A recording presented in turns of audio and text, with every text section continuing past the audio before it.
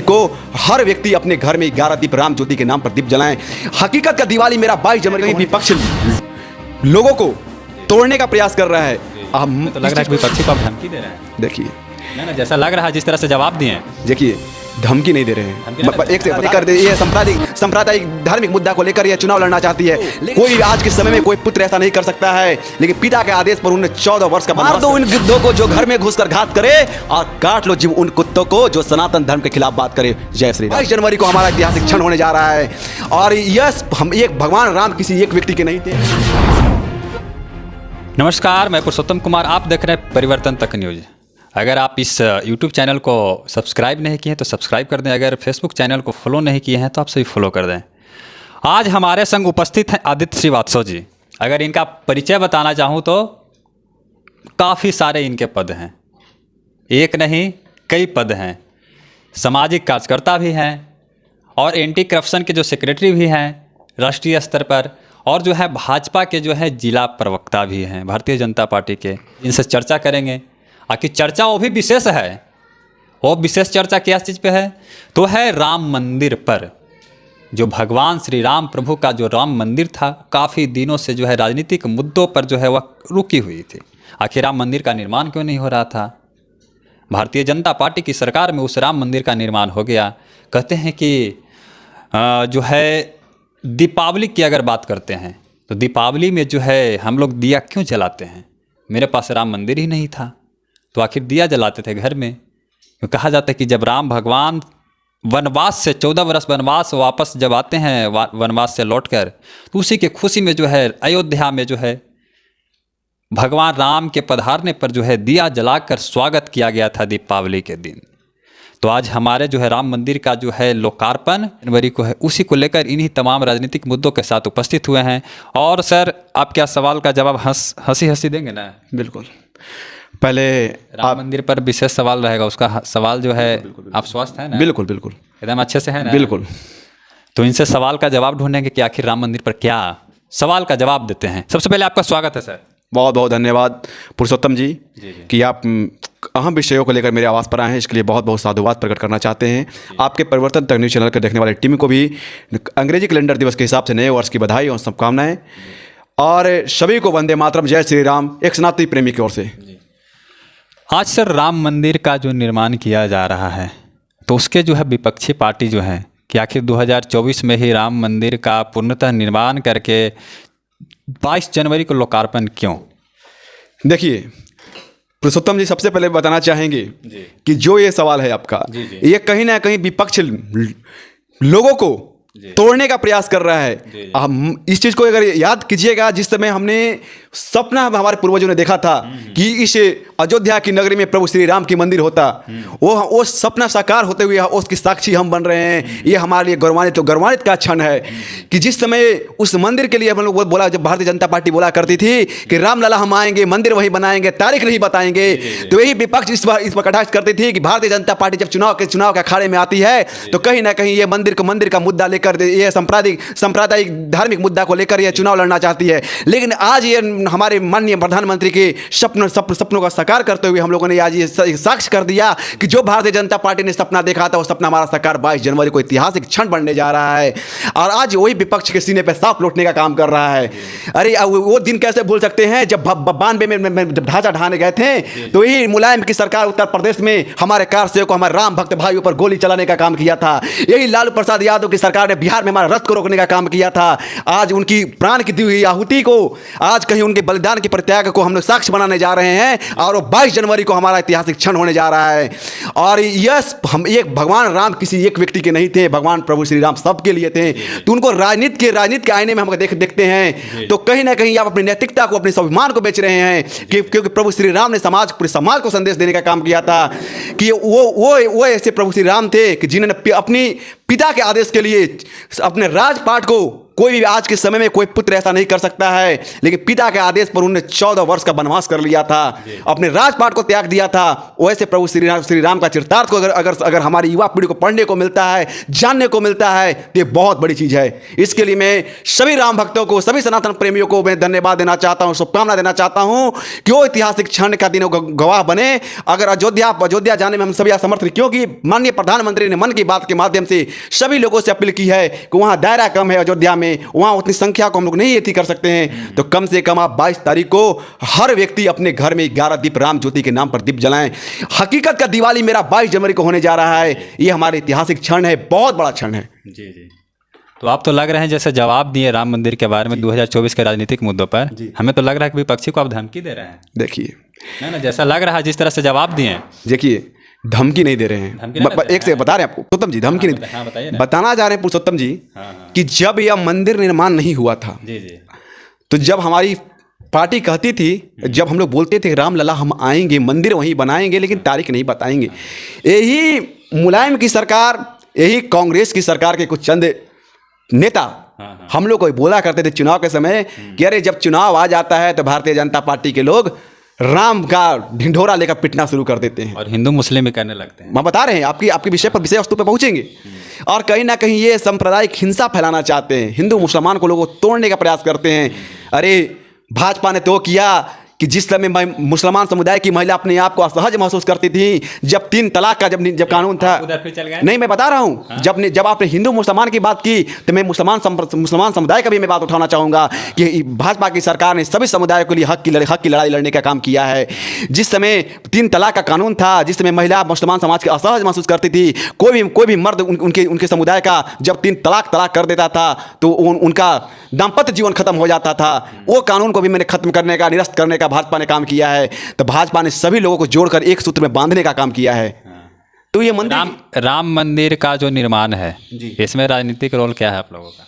फिर वही बात कर रहे हैं आप कि कहा जाता है कहीं रोल नहीं है, राजनीतिक रोल कोई रोल नहीं, कहीं राजनीतिक रोल नहीं। 2024 में क्यों आप मंदिर का जो है लोकार्पण? एक सेकंड आप ही से पूछना चाहते हैं कि जब आप पूछ रहे हैं क्या भगवान राम से भाजपा के हैं, ये हमको इसका जवाब दे दीजिए। ये तो सबके हैं, भगवान राम से भाजपा के हैं? नहीं, ये तो सबके हैं। क्या भगवान राम सिर्फ सनातन प्रेमियों के हैं? हाँ, क्योंकि मरने के बाद जो है ना, जब क्या कहा जाता है, जब मरने के बाद जाते ना है जो दाह संस्कार करने, कहाँ जाते हैं? उस वस्तु पे भी आएंगे, जब शमशान के लिए, तो वहाँ पे राम नाम सत्य है, सभी का राम ही के नाम से किया जाता है। तो सबके हैं राम। प्रभु राम ऐसे हैं कि जब हमारी अंतिम मुक्ति भी दिलाना होता है ना, तो जब हम शमशान के लिए जाते हैं वहां भी कहा जाता है राम ही सत्य है। तो कहीं ना कहीं ये जो यह मंदिर निर्माण हो रहा है, आप कोई राजनीतिक दल के लोग बोल रहे हैं कि भाजपा 2024 में इसे उस उद्देश्य को क्यों लेकर आई? ये भाजपा 2024 में इस मिशन को क्यों लेकर आई?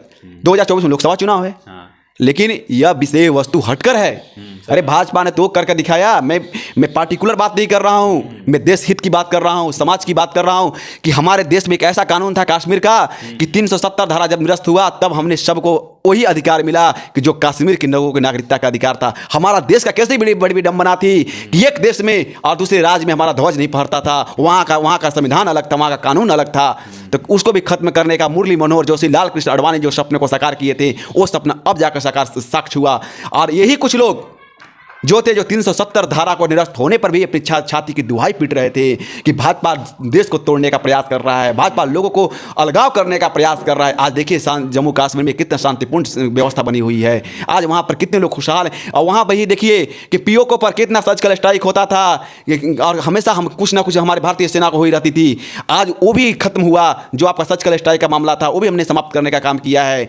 यही कुछ चंद नेता, कांग्रेस विपक्षी नेता थे, मैं नाम नहीं लेना चाहता हूँ, कि जब हमारा भारतीय फौज के द्वारा पाकिस्तानी सीमाओं पर एयर स्ट्राइक में और सर्जिकल स्ट्राइक किया जाता है तो कहा जाता है कि इसमें भी भाजपा का राजनीति का रूपरेखा तैयार करने का नाम दिया जाता है कि भाजपा अपना राजनीतिक एजेंडा करना चाहती है। तो भाजपा ऐसा नहीं करती है। भाजपा का कार्यकर्ता एक जमीनी कार्यकर्ता होता है, वो देश समर्पण के लिए, समाज समर्पण के लिए, समाज त्याग के लिए वो कार्यकर्ता बनता है, नहीं कि वो राजनीतिक सत्ता सुख के लिए वो कार्यकर्ता बनता है। ये भाजपा का नीति रही है। एक और सवाल था, 2014 में जो भारतीय जनता पार्टी की सरकार बनी, ठीक है, बनी ना, तो 2014 में सरकार बनी, 2000 को जो है कहीं चला दीजिए, क्या 14 बरस होगा ना? 14 बरस जो है वनवास करके भगवान लौटे थे श्री राम। 2014 में सरकार बनी, 10 बरस में राम मंदिर का निर्माण हुआ, 10 बरस में निर्माण हुआ, लोकार्पण भी हो गया। तो क्या 2014 में जो है कुछ राम मंदिर का विशेष था का कि भारतीय जनता पार्टी की सरकार 2014 में बन जाएगी? आपको बताता हूँ, बताइए इसके बारे में। इसका मैं एक बड़ी बात बताऊंगा। श्री राम का वंशज हूँ, गीता मेरी गाथा है, शीश उठाकर कहता हूँ दुनिया वालों भारत मेरी माता है। मैं बताना चाहूंगा, जब यह कानून में प्रावधान में राम मंदिर का मुद्दा चल रहा था, उस समय कई कानून जब भी सुप्रीम कोर्ट ने डेट देती थी इस मंदिर की फैसला के लिए, आपको याद होगा दिल्ली में कहीं इन्हीं के कुछ नेता धारणा तक देते थे इस मंदिर निर्माण को फैसला करवाने के लिए कि इस मामला को रोका जाए। और ये बहुत बड़ी प्रत्याग के बाद और बहुत त्याग के बाद, जब 92 का जब वो उस दिन को, उस काला दिन को नहीं भूल सकते हैं जिसमें अयोध्या में ढांचा तोड़ा गया था, जिसमें हमने कई अपने कार सेवक भाइयों को और मैंने राम भक्तों को मैंने अपनी प्राण की आहुति दी थी, उस दिन को नहीं भूल सकते हैं। और कुछ चंद नेता इसको अपनी कुछ समुदाय को वोट बैंक को तैयार करने के लिए उनके मौनी बाबा बन गए थे। आज वही मौनी बाबा चुप हैं। हम पूछना चाहते हैं कि आप सनातन धर्म पर ही क्यों कटाक्ष करते हैं? अभी उदाहरण के रूप में छोटा समय देना चाहूँगा कि विषय वस्तु से भटकना नहीं चाहूँगा। एक डिहरी का एक विधायक है फतेह बहादुर, मैं उसे फतेह बहादुर नहीं, उसको फतेह बहादुर कहता हूँ। वो अशिक्षित व्यक्ति है, वो मानव के नाम पर कलंक है। जो अभी माँ शारदे पर बसंत पंचमी का समय आने वाला नज़दीक है, माँ शारदे पर, विद्या की जननी पर वो जिस तरह का उसने आपत्तिजनक बयान दिया है, उसे बोलने में मैं खुद शर्मिंदगी महसूस कर सकता हूँ।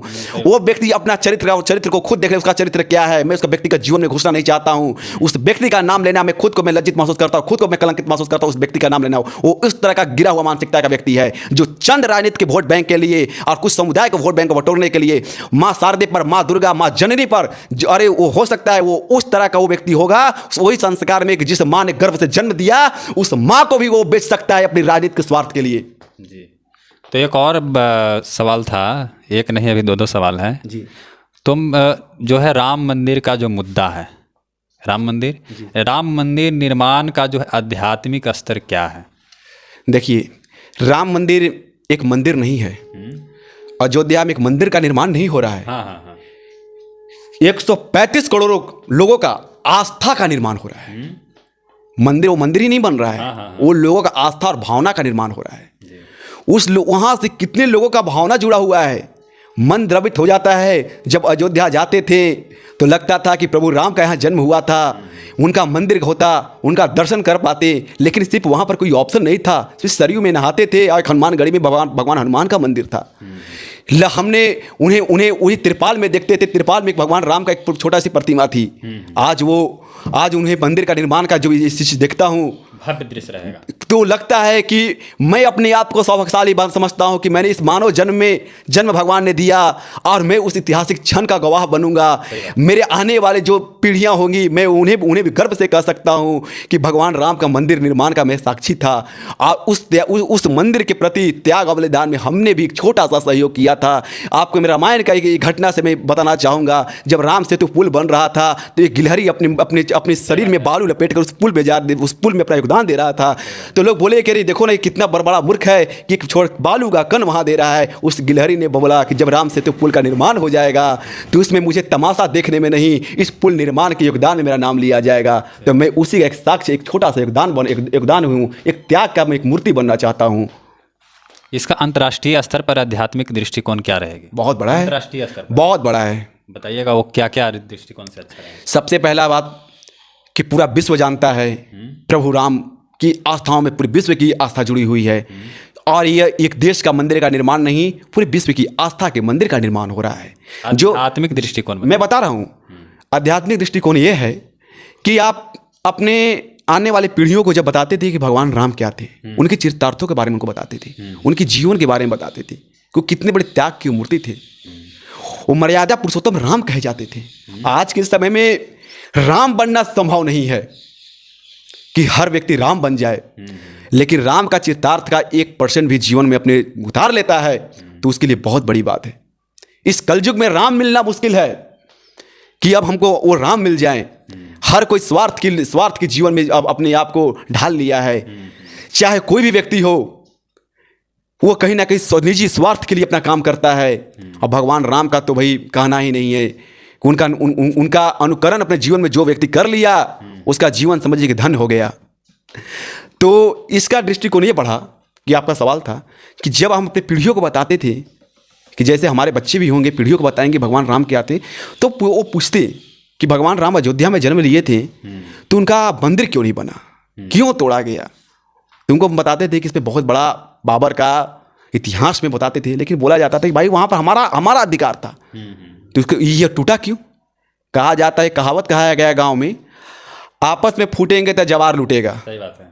वही स्थिति थी पहले, घर में भी टूटेंगे तो जवार लूटेगा। वही स्थिति पहले थी। आखिर अंग्रेज ने भारत को गुलाम क्यों कर लिया था? क्यों कर लिया था, मैं पूछना चाहता हूं। कहीं ना कहीं हमें तोड़ा गया और वही चीज फिर से हम दोहरा रहे हैं अपने जीवन में सभी लोग। अंग्रेज ने हमें प्रलोभन दिया, अब प्रलोभन देकर हम लोगों को तोड़ने का प्रयास किया। हमारा देश भारत माँ गुलाम की गुलामियों के जंजीरों में बंध गई। और हम ये बताना चाहेंगे, क्या आज़ादी के समय क्या महात्मा गांधी, भगत सिंह, चंद्रशेखर आजाद, सुभाष चंद्र बोस ऐसे ही कर्म योद्धा जन्म लिए थे? आखिर उन्हें क्यों देश याद करता है? आज उन्हीं की जयंती क्यों मनाते हैं हम? और कोई जन्म नहीं लिया था। उन्होंने अपने कर्म से सिद्ध किया। इंसान का, मानव का पहचान उसके कर्म से होती है, उसकी सुंदरता की कदर नहीं, उसकी गुणवत्ता की कदर होती है कि आपके अंदर गुणवत्ता क्या है। तो भगवान राम की गुणवत्ता के कारण आज भगवान राम को हर कोई पूछता है, चाहे कोई भी समुदाय हो, चाहे मुसलमान समुदाय भी हो, तो मर्यादा पुरुषोत्तम को, राम को आस्था के रूप में पूछता है। कोई भी समुदाय उन्हें एक अपना जीवन के अनुकरण के रूप में पूछता है। तो इसलिए आध्यात्मिक दृष्टिकोण से भी अयोध्या में मंदिर निर्माण होना एक बड़ा हम लोग के लिए गौरवान्वित क्षण है। और ये विश्व स्तर के पटल पर हमारा एक पहचान अलग बना है। और बाकी आप राम मंदिर के बारे में आप क्या सोचते हैं? श्री राम प्रभु का जो है निवेदन है, बारंबार निवेदन कर रहा हूँ सभी सनातन प्रेमियों से और सभी लोगों से, सभी देश की युवा वर्गों से मैं क्रमबद्ध निवेदन कर रहा हूँ कि 22 तारीख को ये ऐसा क्षण आने जा रहा है, 22 जनवरी को, जो कि हम इसके साक्षी बनने जा रहे हैं।